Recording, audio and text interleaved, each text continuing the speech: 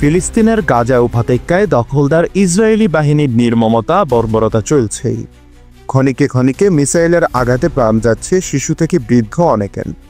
এর মাঝে এবার ফিলিস্তিনের জেরুজালেমে অবস্থিত মুসলমানদের তৃতীয় পবিত্র স্থান আল আকসা মসজিদ নিয়ে নতুন ষড়যন্ত্রে মেতেছে ইসরায়েলের নেতানিয়াহু সরকারের। আন্তর্জাতিক সংবাদ মাধ্যম আল জাজিরার তথ্য অনুযায়ী আল আকসা মসজিদটি ভেঙে সেখানে ইহুদি মন্দির স্থাপনের পরিকল্পনা করেছে দখলদার ইসরায়েলের অবৈধ বসতি স্থাপনকারীরা। ইব্রু ভাষায় বিভিন্ন প্ল্যাটফর্মে এ নিয়ে আলোচনা চালাচ্ছে তারা। এর পরিপ্রেক্ষিতে সতর্কতা জারি করেছে ফিলিস্তিনের পররাষ্ট্র ও প্রবাসী মন্ত্রণালয়।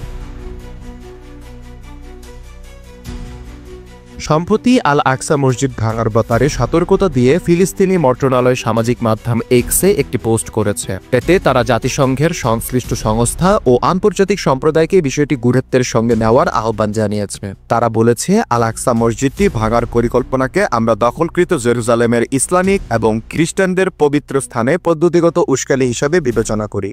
আন্তর্জাতিক সম্প্রদায় এবং এই বিষয় সংক্রান্ত জাতিসংঘের সংস্থাগুলোকে এই উস্কানিকে সর্বোচ্চ গুরুত্ব দিয়ে দেখা এবং আন্তর্জাতিক আইন অনুযায়ী ব্যবস্থা নেওয়ার জন্য আমরা আহ্বান জানাচ্ছি।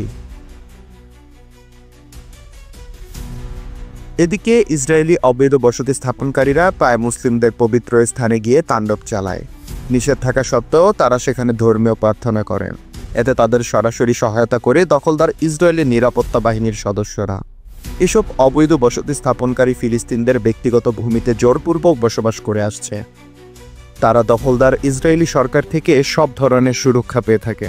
অথচ জেরুজালেম স্ট্যাটাস কু অনুযায়ী আল আকসা প্রাঙ্গণে অমুসলিম প্রার্থনা করতে পারবে না। তবে সাম্প্রতিক সময় সেখানে ইহুদিরা যাওয়া শুরু করেছে। এখানে তারা মসজিদ ভেঙে থার্ড টেম্পল নির্মাণের পরিকল্পনা করছে। এদিকে যুদ্ধবন্ধে পূর্ণাঙ্গ চুক্তির আলোচনা চায় হামাস। 2023 সালের অক্টোবর থেকে গাজায় বর্বর হামলা শুরু করে ইসরায়েলি বাহিনী। গত 1.5 বছরে গাজা উপত্যকায় মোট নিহতের সংখ্যা ছাড়িয়েছে 51,000। সেই সঙ্গে আহতের সংখ্যা পৌঁছেছে প্রায় 1,17,000-এ।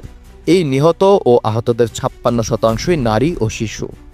যদিও গাজার সরকারি মিডিয়া অফিস জানিয়েছে নিহতের সংখ্যা 61,700 জনের বেশি।